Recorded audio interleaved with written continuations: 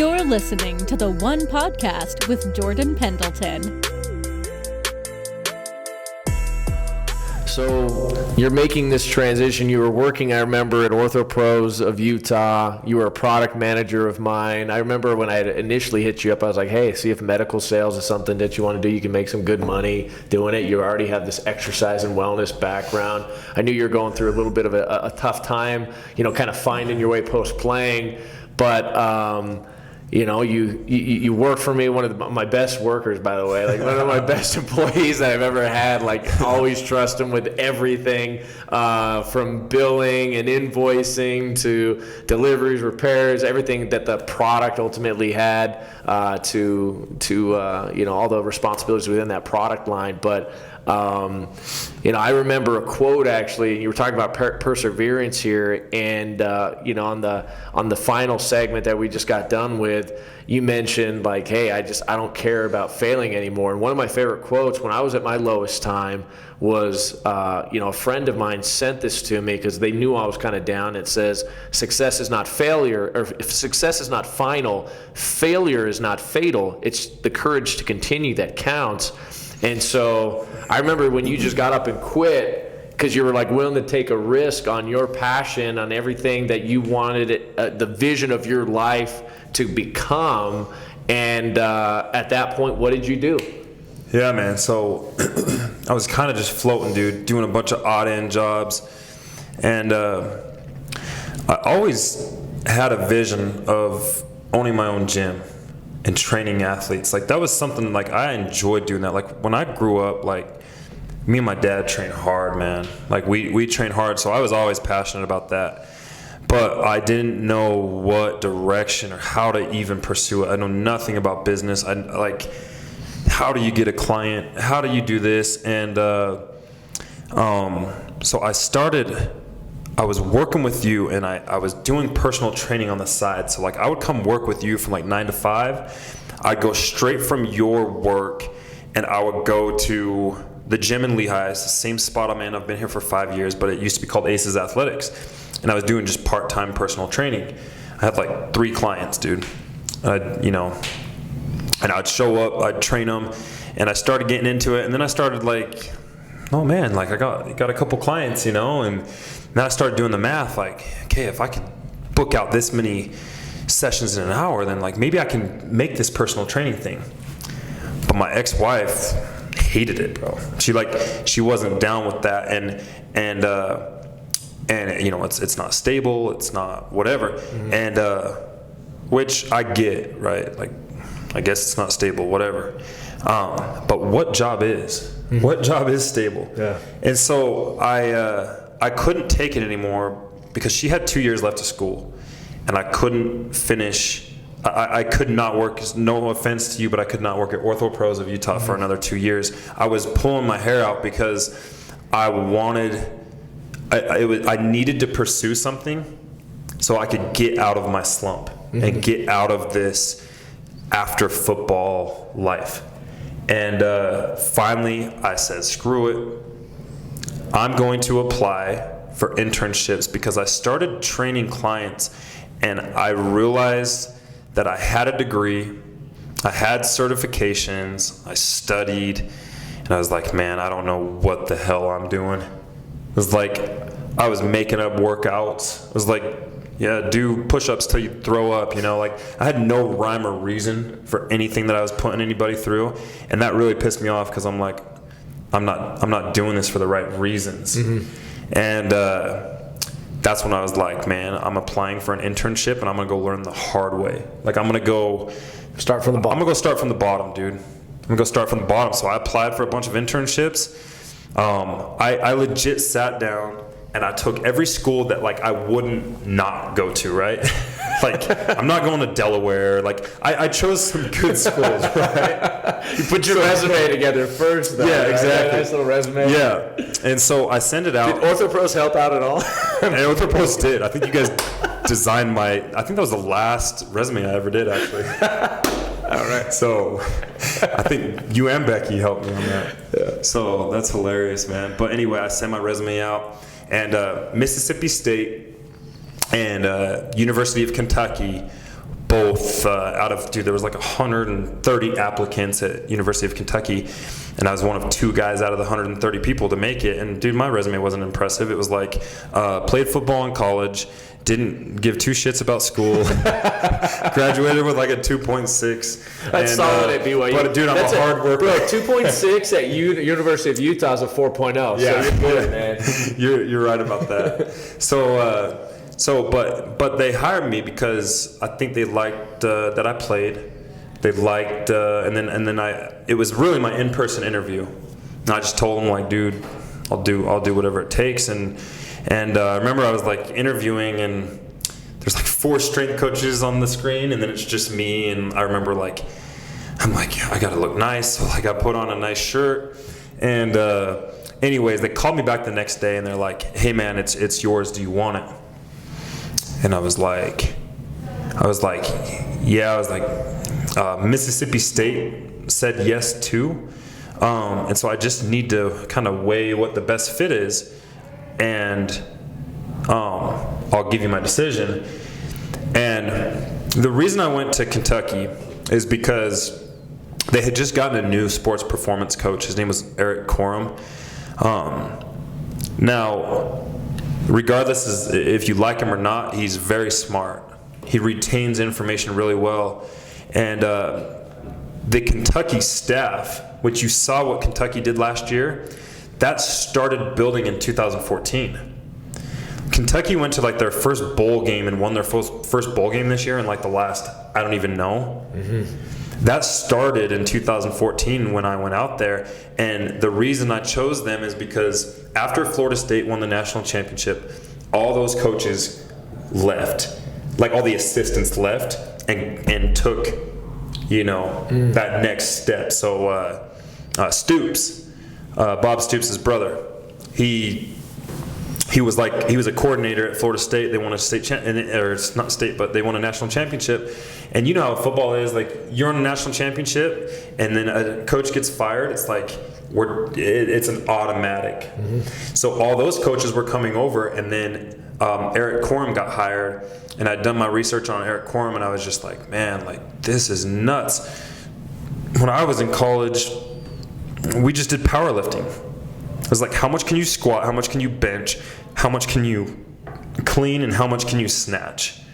That was it.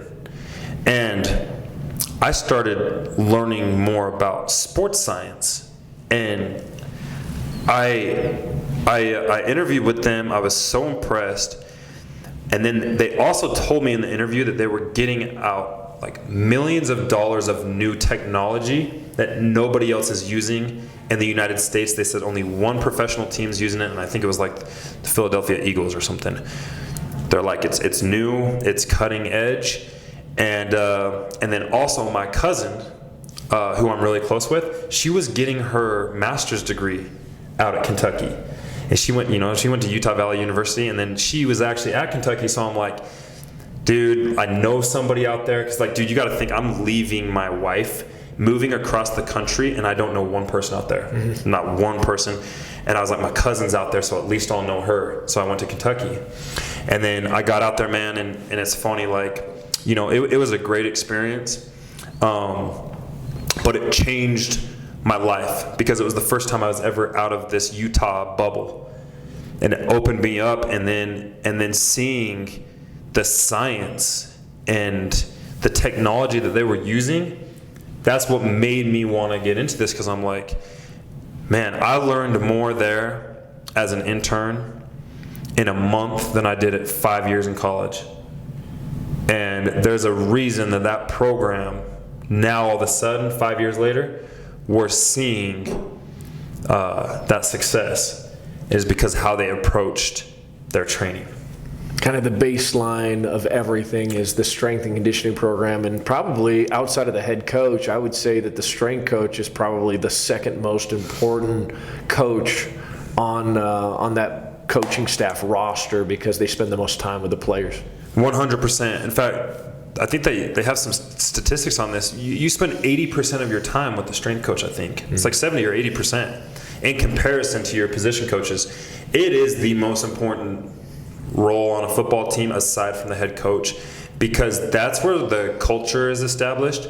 And at BYU, we did have that. We did not lack that. People bought in and people worked their tails off. We just weren't doing the right things. And so they started to get culture because of their confidence around what they were doing with the sports science department at their school. And so I'll get into it a little bit and just go over some things that I learned. And like obviously I learned a ton, but I started getting into a little bit of data, and we now everybody uses them, so everybody's gonna be like, oh, I use that. At the time, nobody else was using it, but Catapult, which is a GPS tracking system. So we would put this on our top 50 players, right? And they would wear it at practice, they would wear it to workouts, they would wear it to conditioning, and it would give us tons of feedback, right? And like I said, I'm an intern, so I'm not doing all the stuff, like way over my head, but I just tried to dig my head in there as much as I could and learn as much as I could. And so it tracks literally how long you run during practice. It tracks how many times I cut off my right foot in comparison to my left foot. What side did I overload? What was my heart rate recovery?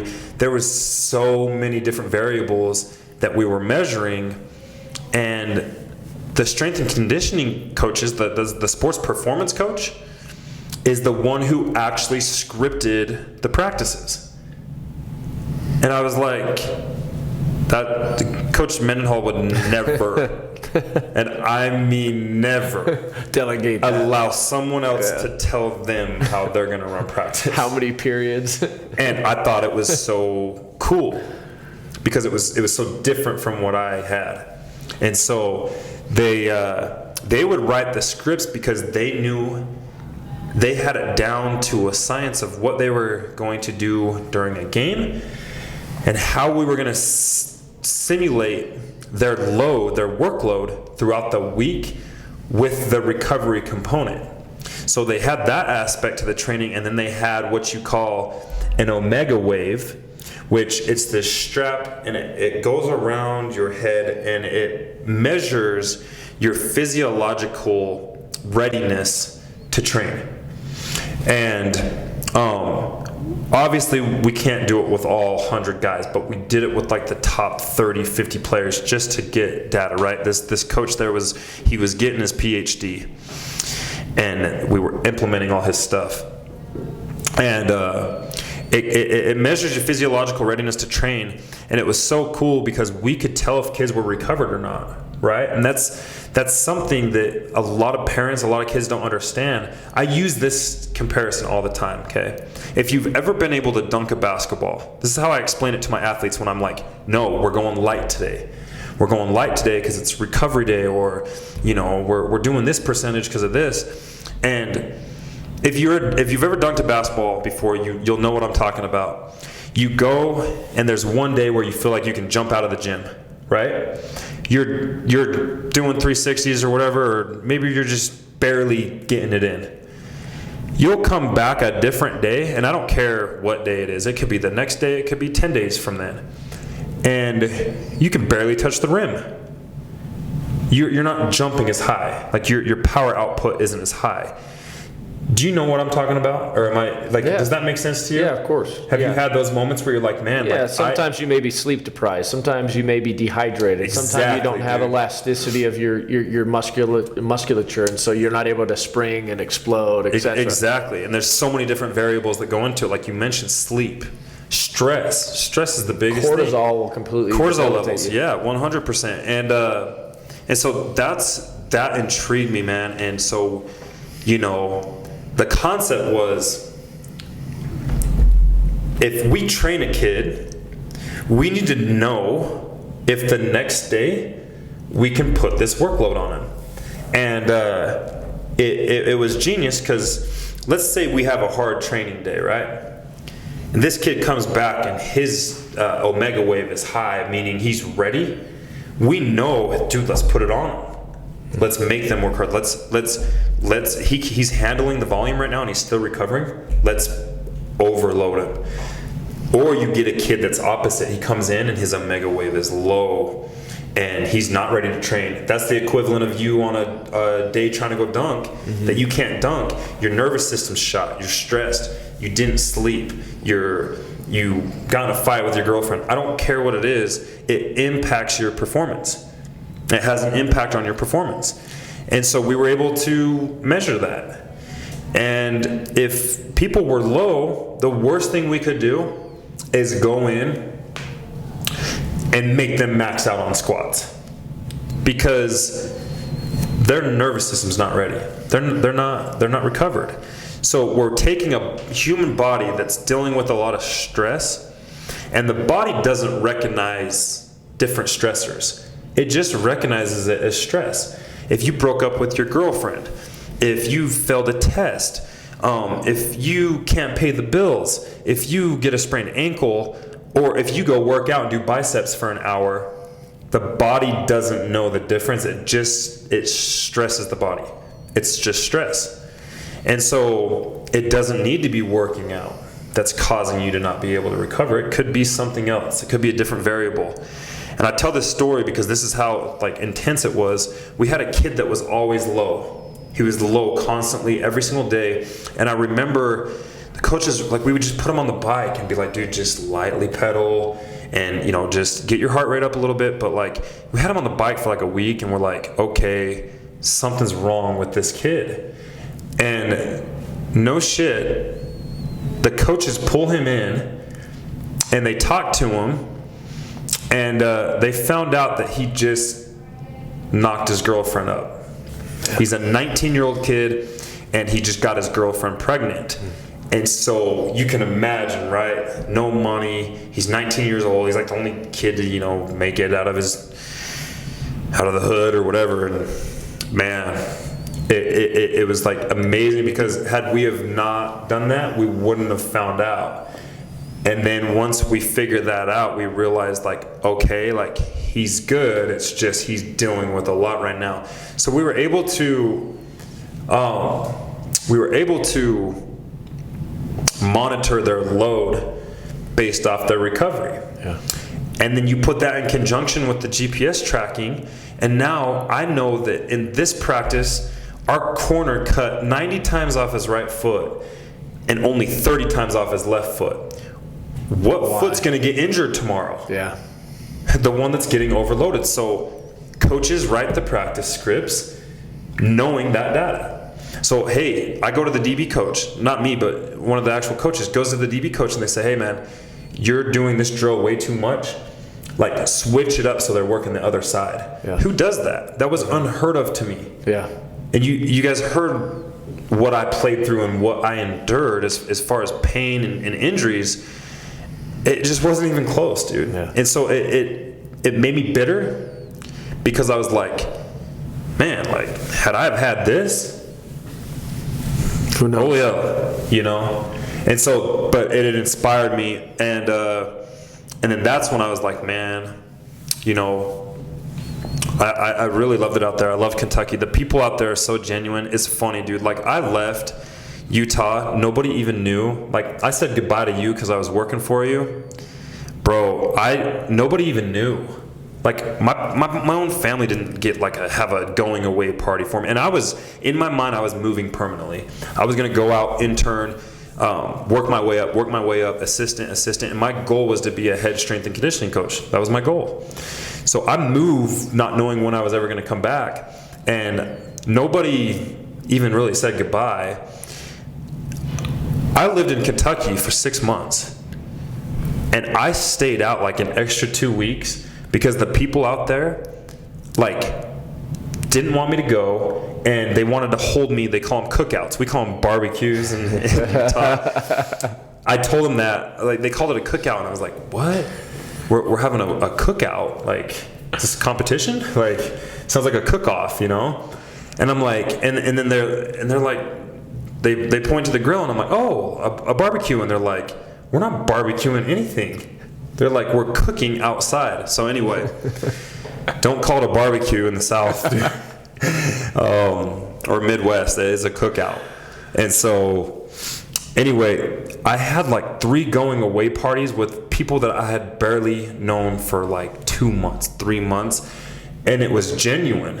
It was truly, truly genuine. And I still have homies from Kentucky to this day that I talk to more than I talk to literally friends from high school, current friends. Yeah. It's crazy. So that opened my eyes to a whole other world, and I felt like it made me a better person. And then I also went through some stuff when I was out there, man. I went through, that's when I went through my divorce. And I got divorced. I'm living across the country by myself. I have no family. I don't know anybody. But I just went to work, man, and I scrubbed floors. I cleaned dead skin out of barbells. I didn't even know that was a thing until they made me do it, and I almost threw up on the floor. Dude, oh my gosh, dude, legit, like every day we would have to clean that weight room. We'd strip every band, clean every band, and you would get a horse brush, a wire brush. Yeah. And you would spray the barbell and then scrub it, and all this dead skin comes out, and I'm like, this is disgusting. So OrthoPros did get you set up for that. Dude, yeah. Fixing those scooters. Hell yeah, dude. So yeah, dude, like, and that's the thing is, like, I wanted that. Yeah. Because how easy would it have been for me to find a coach that I know, go GA, what everybody does, and I didn't want that. I'm like, I want to know nobody. Because I need to go find myself. Like, I need to go out here and find out my identity, my new identity, because I don't have one, man.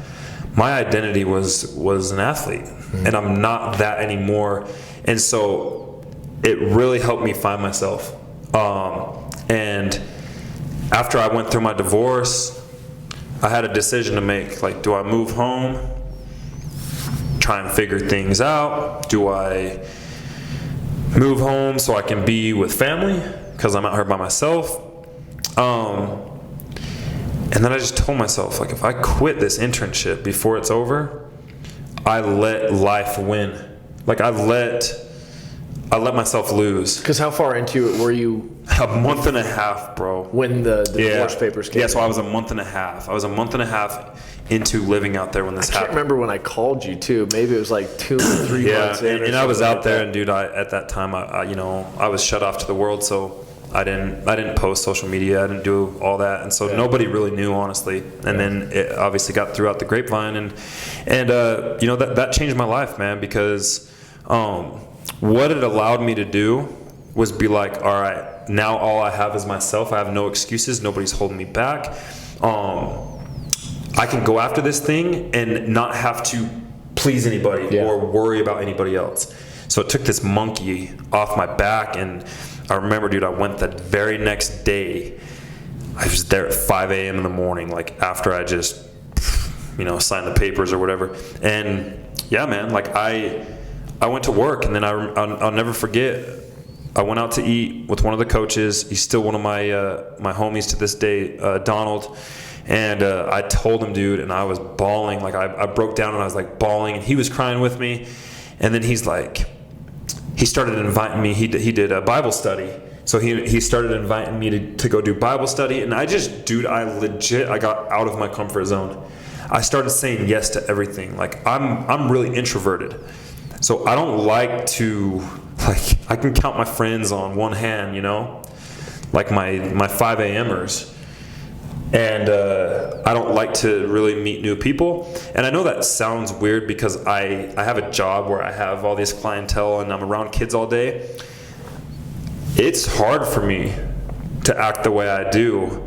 I do it because I'm legit getting out of my comfort zone. I talk to parents all day. I talk to kids all day. Like, I try to be motivational to these kids, but that it's totally out of my comfort zone. I want to go live in Montana in a cabin, and I don't want to see anybody, and I just want to wake up, have a cup of coffee in the morning, and go whatever.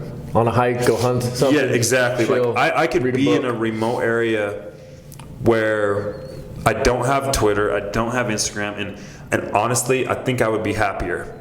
But the competitive side of me wanted to achieve something, and I knew that in order to do that, I had to get outside my comfort zone.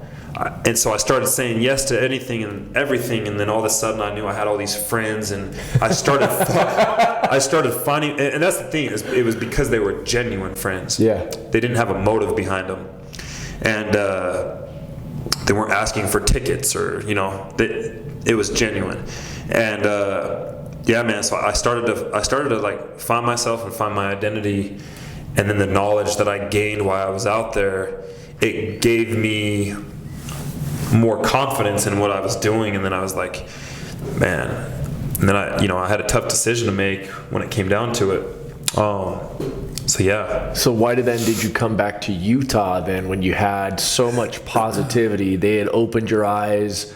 Your entire world had changed because of this positive experience. Why come back to Utah that had a lot more pain maybe than joy at that time? So my dream was to be a college strength and conditioning coach. Like, that's what I wanted to do. And I was out there for a while, and then my internship came to an end, and the head strength and conditioning coach actually really liked me, and I love Ed to death. He's a stud. He's still there. He wanted me to stay. So he told Donald, like, hey, tell Jordan, like, he's my guy. But I didn't have any money, bro. Like, I was living off mommy's credit card, and I would intern 5 to 6 p.m., 7 p.m., and then I would go do personal training till midnight. I started developing a clientele out in Kentucky, not knowing a person, and I started to like make a name for myself at this gym. And all of a sudden I had this gym owner wanting to build this entire like program around me, and I'm like, am I gonna quit my internship and just live out in Kentucky and freaking train all these basketball kids? And because basketball's so huge out there. And I was like, this is it. And then he told me, like, you can stay at my place. We'll give you a food card. We can't give you any money. Like, we don't have any GA spots open, but like, if you could just grind it out, as soon as a spot's open, you're ours. Mm-hmm. Or he had a feeling that he was going to be out that year. So he's like, hey man, if we do good, because everybody could feel it, the momentum. He's like, if we do good this year, he's like, we could be gone, like getting, moving up. And he's like, I'll take you with me. And so, dude, that was the hardest decision ever. And basically what it came down to is I said, look, the demands on this job are terrible. Not that I don't enjoy it and I don't put my head down and do it, but I'm single now. I'm like, if I want to have kids or get married and I want to, go on vacation when I want and do certain things and live kind of a certain lifestyle that like I want to live. I like being my own boss, man. Like, it's hard for me to have somebody clamp me down or tell me what to do. And so, who instilled that in you? Like, when did you like realize, because you wanted to be a head strength coach? I mean, that's what you set out to be there. When did you discover, no, I want to be my own boss. I want to work my own hours. I want to build my own brand. So I was mopping the floors. I was mopping the floors, bro. And he tells me to mop the floors. It's my first day mopping the floor. And I go in the janitorial closet and I bring out the water or whatever and the big mop. And bro, I'm not kidding you. They just invested like $3 million in their weight room. Okay. Like, that's why I went out there, right?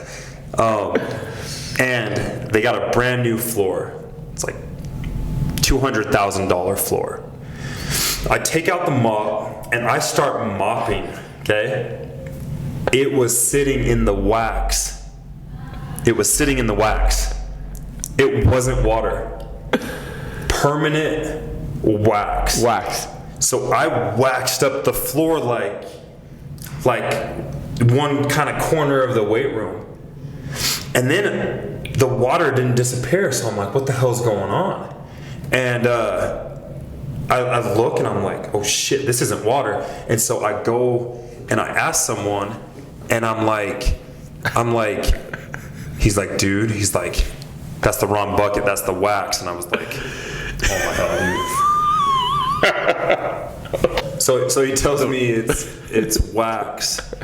And then I just started sweating, man. I was like, oh my gosh. And then the head sports performance coach, Eric Corum, comes in, and he's like, look what you did to my floor. And freaked, like yelling at the top of his lungs. Yeah. And he called me an idiot. He's like, you're such an idiot. Like, what were you thinking? And dude, it's funny. You can call me a lot of words. Like, you can... My friends call me...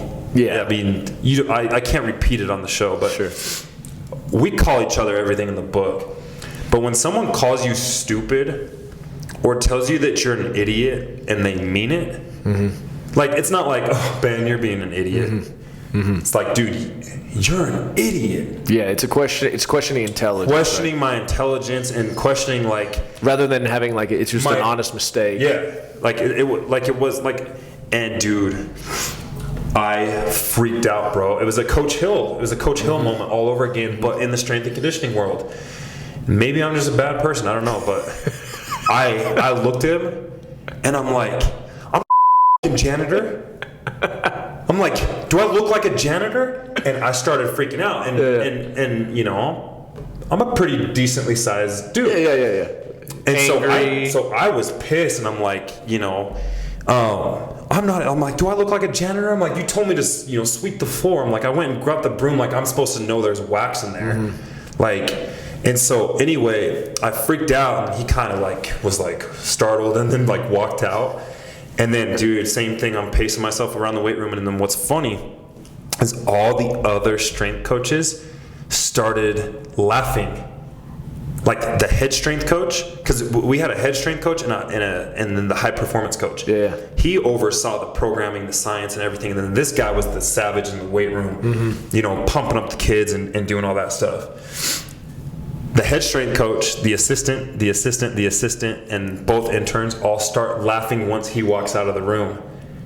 And I was like startled, like, wait, they're not mad at me? I was like, they're not mad at me? Like, they don't care about the wax? And they started laughing, and they were just like, dude, nobody's ever, like, called him out before, like, we... And so then I found out, like, they all had an issue with him, right? And they were just so happy for me that I called him out. And after that, that's when I kind of became their guy. It was that moment, though, that I was like... I can't deal with people like that, because I'll knock your ass out, dude. Yeah. You know, and it's like you want to get mad at me for the floor, get mad at me, like that sucks.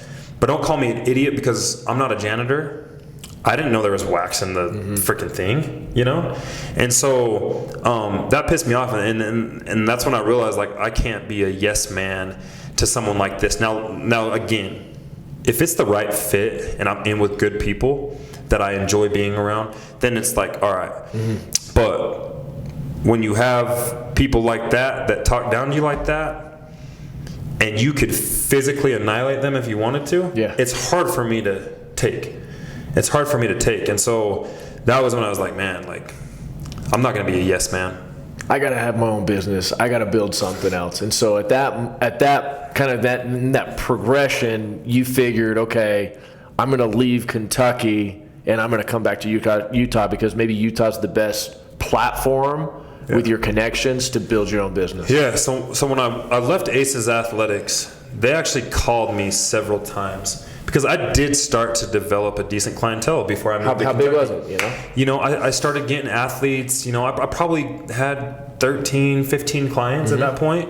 And like I said, it was part-time. It was nothing that was going to pay the bills, but I started seeing some, and then once I started getting clients, that's when I realized I didn't know what I was doing. And then it scared me, and I'm like, I'm not giving these guys what they need. I'm not giving them a good service. I'm a rhyme or reason guy. Like, I want to know why I'm doing something, not just because I saw it on YouTube or this guy that's buff did this. Like, that's not how I'm wired. And so yeah, dude, they called me like several times when I was out there, and they were like, because they didn't want me to have Pendleton Performance in their facility. They didn't want that. They wanted me to be an Aces employee. And again, I want to be my own thing. And so I'm like, I'm not going to be an Aces employee because you guys are a volleyball club. Aces speaks to volleyball only. My vision is to train all kinds of athletes. I'm like, you guys are, your business model is, you're limiting yourself as to who can and who will want to train here. So I didn't have the same vision as them. And they didn't want me to have Pendleton Performance.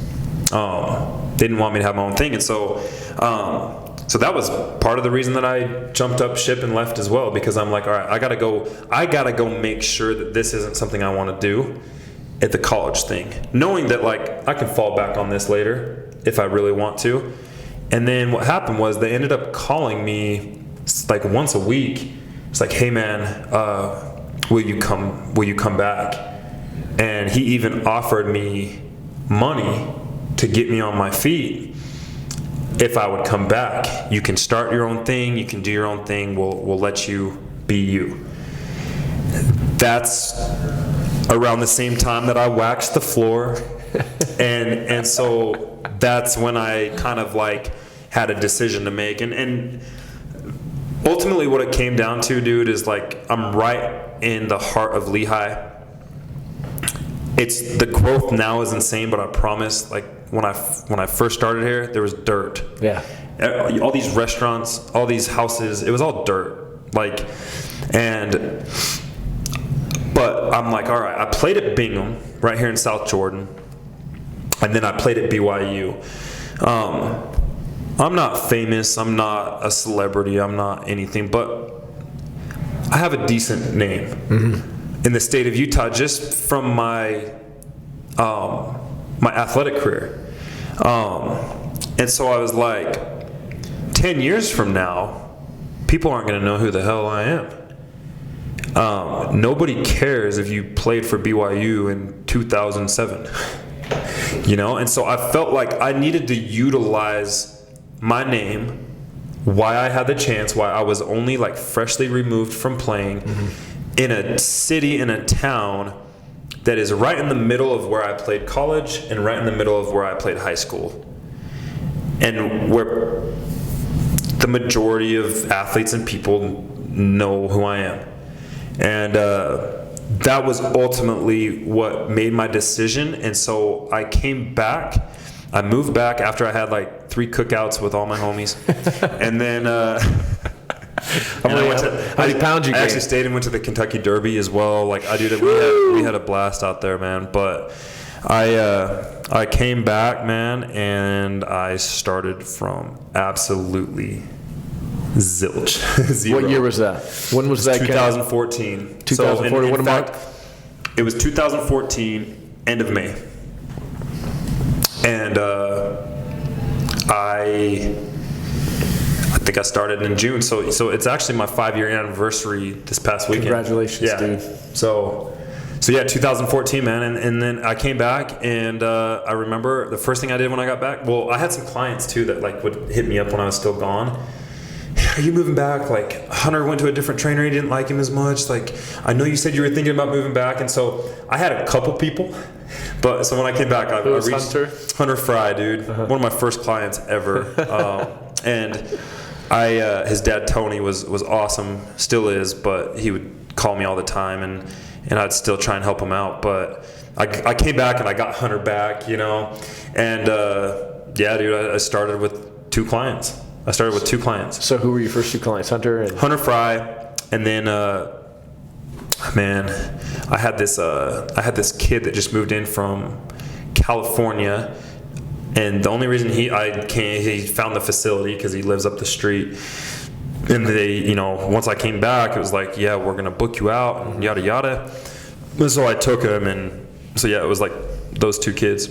When did you finally realize that, like, this is gonna work, man? I got this spot. Like, people like me. I'm good. Like, dude, this is freaking ridiculous. Like, I'm gonna be successful. Like, I'm not gonna fail at this. I still I don't want to say doubt myself, but I'm still, every day it hasn't hit me what I've actually been able to accomplish. Like it's not real to me, and I feel like I'm constantly, like, even right now, like I'm in this transition where I have employees now, and it's like that next challenge where I'm like, man, I'm a shitty boss now. I mean, I was a great trainer, but now I'm a boss and I don't know anything about people. And so, you know, it's been challenges after challenges, but I've never felt like I've arrived, bro. Yeah. I still don't feel like I've arrived. But to answer your question, dude, it took a while, and honestly, there was at one point I wanted to quit. My buddy Brandon Ogletree was out selling alarms for Vivint, and the dude was just slaying it, man. He still is. Still is. He still is. And he was trying to tell me to come out, and dude, I'm not kidding. I was living in my parents' basement. My first month, I made $600. I made $600, and then my next month, I made $900, right? And I just started just chipping and grinding and chipping and grinding, and but ultimately I was giving a good service. Yeah. People that train with me that had other trainers, and I'm not saying, like, listen, dude, I have so much to get better at. I go learn from people that are way smart, that make me feel like an idiot, but not in like a negative way. Like, they make me feel like an idiot. I go and learn from other people. I've legit in the past year probably spent $60,000 on coaching, anywhere from business coaches to going and learning from guys like Pete Bomarito. Best practices. I've invested, man. And so when people train with me, they get things or hear things or get certain techniques that they haven't heard anywhere else, and then they started to buy in, dude. And then I get a referral, and then, you know, now all of a sudden, but there was a time, man, where I'm like, this is never going to pay the bills. So I actually, like, even when I started making a little bit more, $1,500, $1,700, I'm like, okay, a mortgage is $2,000 for like a little house. Yeah. A car payment's this. Health insurance is this. I'm like, I can't make a living off of $1,700 a month. There's no way. And I almost quit and went out and sold alarms, bro. After a year? No, like, dude, after like 3 months. Gotcha. Because I was 3 months in, and I was like, I can't even make enough to like make a car payment, dude. You know? And so I just started to doubt if it was actually going to be something that would pay the bills, honestly. And, you know, but again, man, I said if I quit, then I'll never know. And it came down to perseverance again. It came down to perseverance. It's like, if you want to do this, you got to ride this out, and you've got to provide such a good service that everybody kind of knows about you. And so I stopped worrying about how much money I was making. I was like, you know what? I'm living at my parents' house. I don't have to pay rent. They helped me out tremendously when I first got started. I don't have a car payment. My mom gave me her old beat up, piece of shit Hyundai Sonata. It's like the driver's ed car. And I was like, I got time, man. Yeah. I got time. And so I was like, I'm going to stop worrying about what I'm making, and I'm going to start worrying about the service I provide. And so I just put my head down, dude. And then, 5-6 months in, I had a really good month. And I was like, holy shit, like, this is awesome. And I remember I was going, and I started getting confident to start charging a little bit more, especially like for my one-on-one time.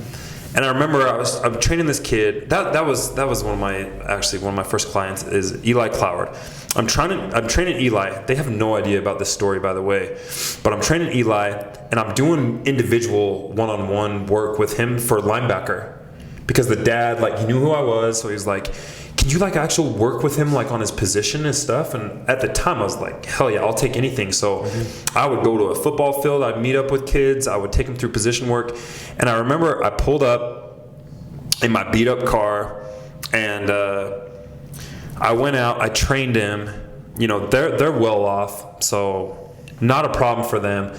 But I was charging $75 a session. And the dad gave me $100. And he's like, thanks for everything you're doing with Eli. Like, his confidence is through the roof. He's getting so much better. We're seeing it translate to his play in games. And I was like, thanks so much. And I'm trying to act professional, like, yeah, $100, like, yeah, that's what I'm worth, you know? Yeah. And I go to get in my car, and I go to start my car, and my car won't start. And I was like, oh, man, like, this looks bad. Like, I'm charging this dude this much for an hour, and my car doesn't even start. And so, dude, I really went all in, and I went out and bought a $50,000 Jeep. I was like, screw this, dude, I'm going all in. I'm going to force myself to pay the bills. And so I went out and got a Jeep because I'm like, now when I pull up to train somebody, they're going to take me seriously. In the grand scheme of things, people will agree with that or not. Mm-hmm. Some people say, you're stupid, save your money, you can't afford that, whatever, which I agree to some extent. But for me, I was like, I'm going to figure this out. I'm going to force it. And if I go get a car payment that's $520 a month, when I started only making $600 a month, I'm like, I'm going to have to figure this out, or else I'm going to have the embarrassment of having to go take my car back. Yeah.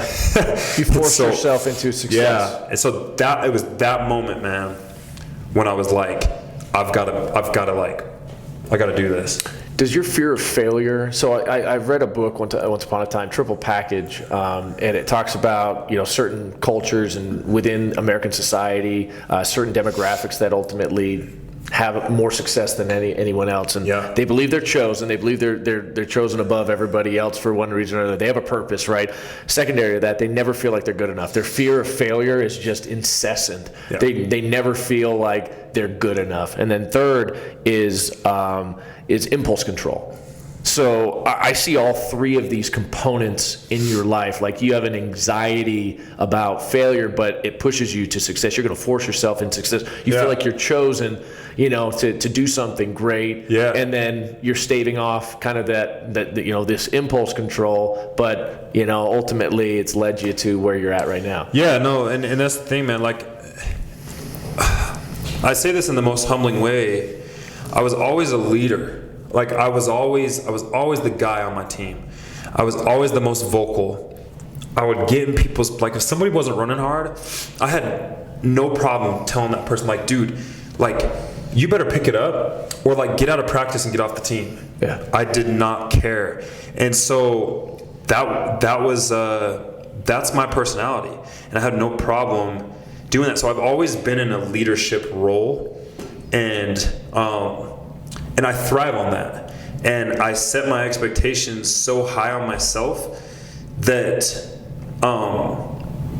it's like I could let so many people down, but if I let down myself, that's what's gonna bother me. And so that's kind of just like my approach I've had, dude. And sometimes it sucks, man, because like I can't shut this off.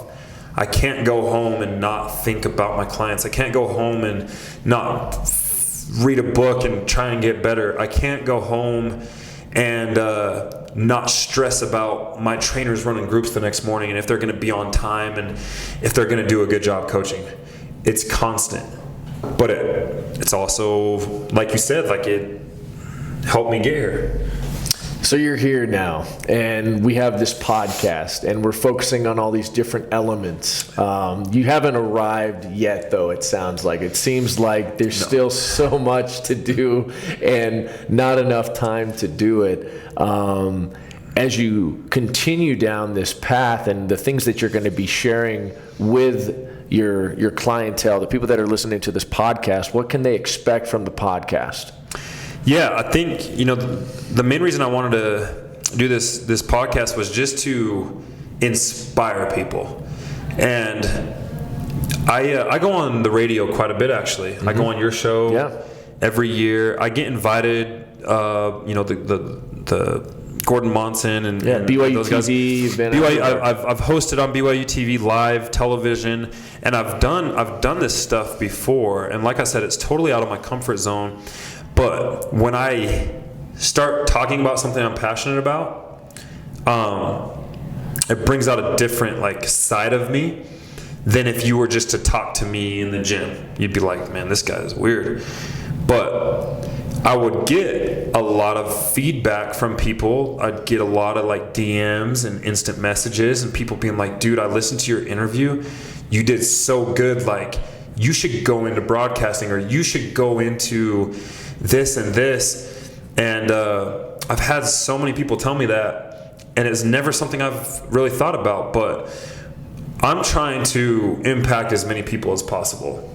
And so I felt like I could use this platform to have people on that are inspiring, motivational. There's so many people out there. I still struggle with mindset stuff every day. And there's so many people that could benefit hearing from others that have done it. And so my goal is to have inspirational messages on this podcast, whether it's me telling you a story of my personal life and how I've worked through things, or stories about other people, but most importantly, having influencers on that are super successful in what they do, and then tap into the why, tap into the story. And there's so many untold stories that people need to hear, man. People need to hear. This is the first time I've told my story about all my injuries. Nobody knows that stuff. And I bet, now all those BYU fans that are like, man, Jordan Pendleton sucks, he can never stay healthy. Hopefully now they get an idea of what I actually went throughout that process. And stories need to be told.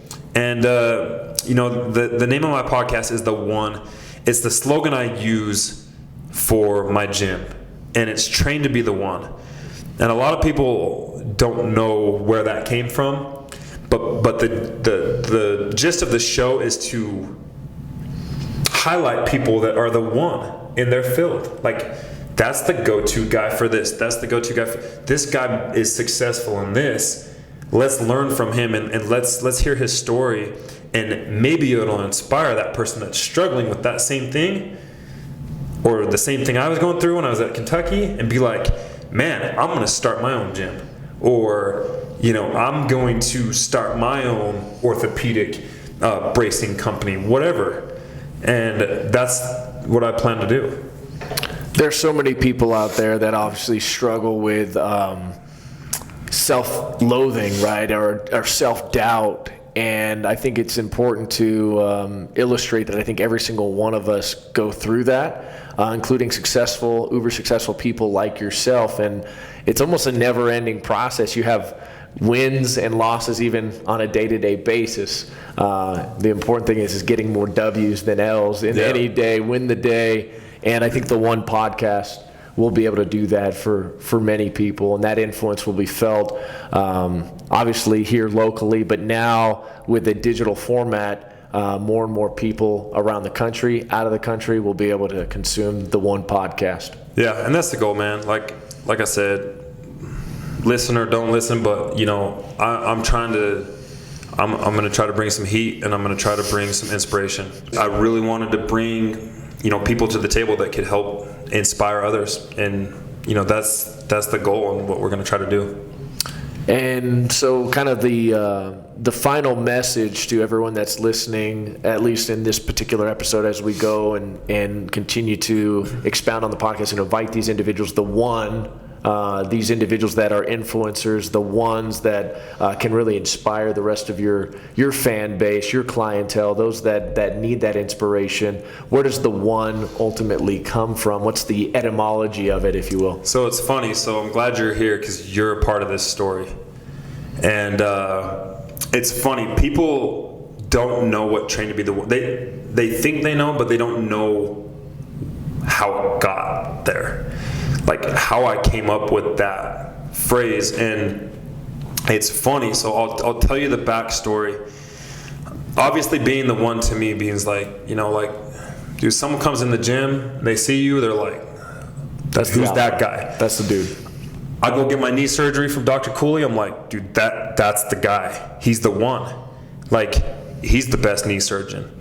Bronco Mendenhall, what he's doing at Virginia, like, he's the one. And so there's so many different things that can be the one, but it's the backstory of how I got that matters. So my freshman year in college, and I told you, you're in this story, I go in and I was Utah's, I was the Utah's MVP. Best player in the sport. Won a state championship. I'm coming off my high horse, right? And I get there, and I'm like, I wore number 21 my whole life. I wore number 21 my whole life. Deion Sanders was my favorite football player. That was my guy, prime time. And so 21 was my number. And you know how it is with your number, man. Like, your number is who you are, right? It's an identity. And there's some people that don't care, like Dennis Rodman. But Dennis Rodman's crazy. Most people care about their number, right? So I wanted 21, and there was this dude on the team that had 21. Yeah. And his name was Ben Criddle. That dumbass. Who is this guy? Who's this dude, this walk-on scrub with my number? And he had really big arms, so I was like, all right, maybe he can play. Not anymore. They're a lot smaller. Don't have the girth like I had before. But I didn't know anything about you. I didn't know who you were.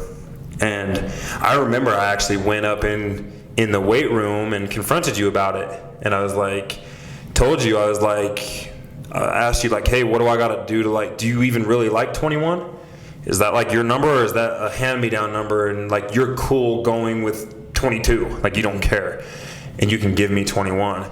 And you're like, I'll never forget it, dude. You were like, if you beat me out, take my spot, I'll give you number 21. And I was like, that's when I knew you were my guy, man, because that was a badass statement. And so my first year, I redshirted and I wore 23, which is the most disrespectful number in the world because nobody should wear 23. Except, Braun. Not even Braun? Not even Braun, dude. He even said it, which is so funny. We got the J's on, too. So that's why he went to number 6, which is funny because he said nobody should wear 23. But listen, Michael Jordan was my childhood. I got him tatted on my body. Like, that was my childhood. Michael Jordan was it for me. And I just felt like nobody should wear 23. So I was miserable wearing 23. But I didn't play it, so I didn't care. Next year I come back. This is what got me, dude. So I come back the next year. You're gone. You were a senior. So you left, and I'm like, I'm getting 21. I'll have 21 for 4 years. And it comes time to go pick out our jerseys. And I go, and I tell Mick I want number 21. And he says, it's taken. I was like, what the hell do you mean it's taken? Like, Ben Criddle's gone. Yeah. It's available. And he says, Scott Johnson just snagged it. And I said, I'm like, he can't snag that. Like, dude, he's going to be a senior next year. Like, he hasn't worn 21 his whole career. He's going to switch his senior year and wear 21? Well, that was Scotty's number. It was his favorite number. And and Scotty, he does not look athletic at all. No. Baller, dude. He's a dude. But like, if you look at him, you're not like, oh, that guy's a starting safety on BYU. Kid was an absolute stud, but visually, you wouldn't think that. And so I was like, this guy, so this guy who's going to ride the bench is going to get 21? Mm-hmm. And I was so mad, but he said it was for seniority because he was a senior.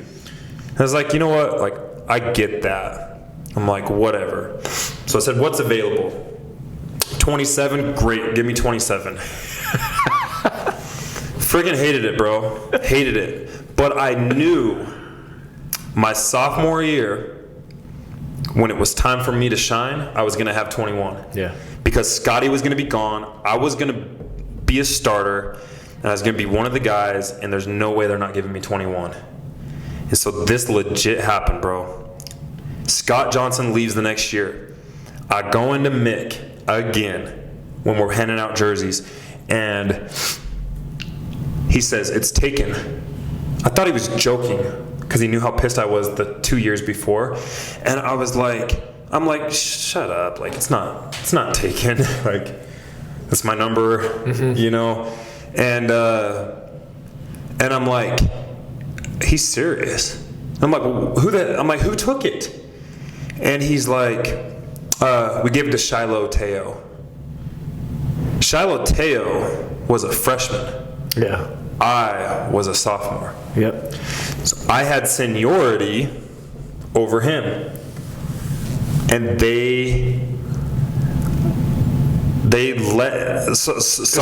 He was a big time recruit. Sorry. Let me rewind. So it was because I played with Scott Johnson. So it was actually the year where I played with Scott Johnson. So Scott Johnson took 21. So this is what happened. I'm sorry, but so Deion Sanders was my favorite player, and when he was at Florida State, he wore number 2. Okay, man. So I went in and I said, okay, what's available? When he told me that Scotty was taking 21, that's what happened. So Scotty took 21 because he was a senior. So they told me he's a senior, he gets 21. And I said, what's available? And they're like, this, and number 2. And I was like, number 2, done. 21, it has a 2 in it. Yeah. And Deion Sanders wore that in college, and like when he was in the NFL, he would still wear it as his practice jersey. So 2 was my number. The only reason why I went to 21 was because 2 was taken by Bryce Malico, but I wanted to be number 2. Yeah. I wanted 2. So anyway, I'm like, dude, perfect. Maybe I'll just rep 2 in college like Deion did. And so I'm like, I'll take 2. I'm super excited. And then Mick like goes down to write my name on the thing, and he's like, actually, he's like, you can't get 2. It's taken. And I was like, what the hell? I'm like, who took it? And then he told me who it was. It's a freshman. So he just got done telling me that Scotty gets it because he's a senior. So I go to get 2, and he won't let me because a freshman wants to take it. And I just felt so disrespected. And nobody knows this, dude. Like, I felt so disrespected because I'm like, man, I've been here. This is my 3rd year. Mm-hmm. I've sat, I've waited, and I can't even get a number over a freshman that hasn't even stepped foot on the field. And who was the number 2 that they were going to give it to? It was Shiloh Teo. Shiloh Teo. That's right. So Mick, I freak out. I throw a fit, dude. I'm like, that's bullshit. You just told me that I can't have 21 because of seniority, and then now you won't give me 2 over a freshman. And he's like, sorry, dude. He's like, we promised him that number before he came. But yeah, it was a recruit signing. It was a recruit, like, if you come to BYU, we'll give you number 2. Yep. But what pissed me off is when I found out why.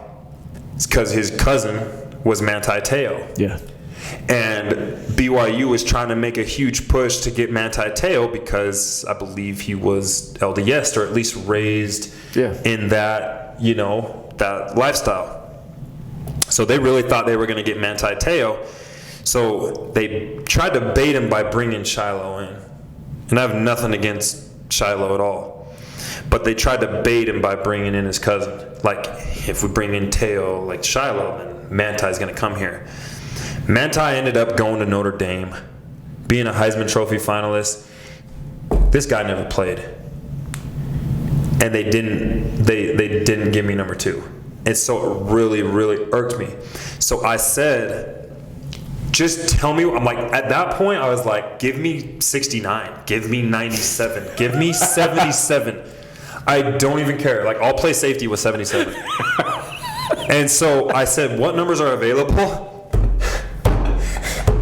And they said, number 1. And I was like, we'll take it. I'll take it. Like on Dumb and Dumber. Exactly what I thought. Like, I'll take it. Yeah. So I guess my point is, people think I wore number 1 because I thought I was cool and I'm going to wear number 1. Yeah. No. Number 1 was a hand-me-down after I had a lot of shady people trying to screw me over. Mm-hmm. And I didn't want 1. I was forced into 1. And it comes back to the whole, like, mindset thing. I said, I'm going to make number 1 known. I'm going to put this number, and that's the thing. I'd live up to big expectations because Fui Vakapuna was the guy that wore it before. And Fui was a phenomenal player. Played in the NFL. And I'm Draft pick. Yeah, so I get number 1, and I'm like, I'm going to make this number my biatch. Yep. And I didn't want it. But that's how I became number 1. It was through perseverance. It was through people doubting me. It was through people promising it to a freshman over me. And it was a hand-me-down. It was a hand-me-down. And so my whole thing is, right, it's like origami, bro. Like, you have a piece of paper, but you can make that piece of paper look elegant as hell, right? You can make a pretty little bird with it. And I said, this is my piece of paper here, and I'm going to make something special out of it. And so I ended up going number 1, and then the next year, 21 opened up, and Mick's like, oh, we'll give you 21. And I was like, like, screw you. Like, I'm staying with number 1. And so anyway, I took number 1 and I rocked with it. But the controversy came because when I chose number 1, I was still a safety. And I was still a safety, and I got moved outside after I chose number 1. So a lot of people are like, man, he's a prima donna, he's a linebacker, he should be wearing 44 or 50, like 54 like Brian Urlacher, right? Why is this guy wearing number 1? It was a hand-me-down number. Yeah. And then, guess what? You got to change positions. So when I go to linebacker, I'm like, screw it, I'll just keep number 1. Yep. Like, I'm going to find my place. And so I ended up rocking number 1. I heard Coach Mendenhall was not happy about it. But when I told him I was a safety, I told him how I got it. And I told him, look, I was a safety when I got 1. It's not like I'm being a prima donna, like, give me number 1. Yeah, and that's something that Bronco hates. And that's something that Bronco absolutely hates. That's why he removed names from the jersey and put honor, spirit, and tradition. Right? Didn't agree with that. Bronco's my hero. So anyway, I ended up wearing 1, and the cool thing about it that a lot of people don't realize either is I kind of set that trend for single-digit linebackers. Mendenhall would never have allowed that, and I felt honored that he trusted me and respected me enough to know that I was wearing that number for the right reasons, and it wasn't the number that I actually wanted. And after me, man, you had Kyle Van Noy's transitioning over to number 3. You had Wona Kavenga wearing number 4. You had Spencer Hadley wearing number 2. Mm-hmm. You had Fred Warner wearing number 4. All of a sudden, Alani Fua wearing number 5. Yep. All of a sudden, it's like a tradition now for the linebackers, outside linebackers at BYU, to wear single digits. And it all started because some bastard took my number. But it was the fact that, listen, man, like, nothing was handed to me. Like, I had to earn everything, and I think that's what I try and bring to my clients with training is, like, you have to earn everything you get. Nothing is handed to you. You want a 6-pack? Great. You got to work for that, dude. If it was easy, everybody would do it. Mm-hmm. And so when cards are dealt your way and it doesn't go how you want to go, what are you going to do about it? Are you going to fold? Are you going to quit? Are you going to give up? Are you going to stop? Are you going to transfer to a different school? Or are you going to take those cards and say, I'm going to play my best hand with these cards and see what happens. And if I lose, then I lose. But if I win, it's going to be that much more rewarding. And that's how that came, dude. So when I started my business, I was thinking of a slogan. And and I remember my wife was like, well, you were like, I wanted something with 1 because of what that number specifically meant to me, but because of how I got it. And so I was like, trained to be the one. And it stuck, dude. I've had that slogan for 5 years, and people know, like, dude, it's trained to be the one. But that's how I came up with that slogan, and that's what I try and bring to this company now that is called Performance One. Is I want to install confidence in individuals, whether it's your everyday average Joe, whether it's your kid that, his high school coach is telling him he's too slow. I want to empower these people to reach their goals. And it's not going to be easy. Sometimes it's not always going to be fun, and stuff's not always going to go your way. You're going to get waxed on the floor. You're going to freaking, you're going to yell at your coach in front of the media and have ESPN calling the camp Pendleton. Like, there's so many things that go wrong in life. It's how you respond to them. It's how you pick yourself back up. I had a bad day, but am I going to make it a bad week? Or can I learn from my mistakes today and say, I'm going to be a better human being tomorrow? And that's what it all comes down to, and that's my message. And so that's what I try and install in anybody that comes in contact with me. Life will have its ups and downs. It's going to have its adversities. The podcast, the One Podcast, is about persevering to become the one.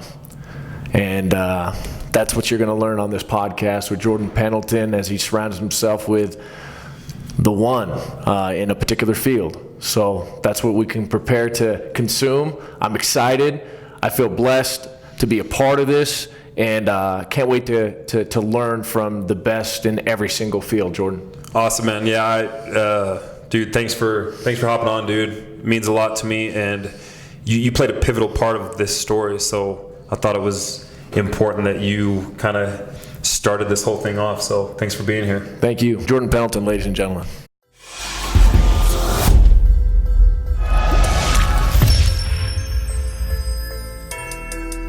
You're listening to the One Podcast with Jordan Pendleton.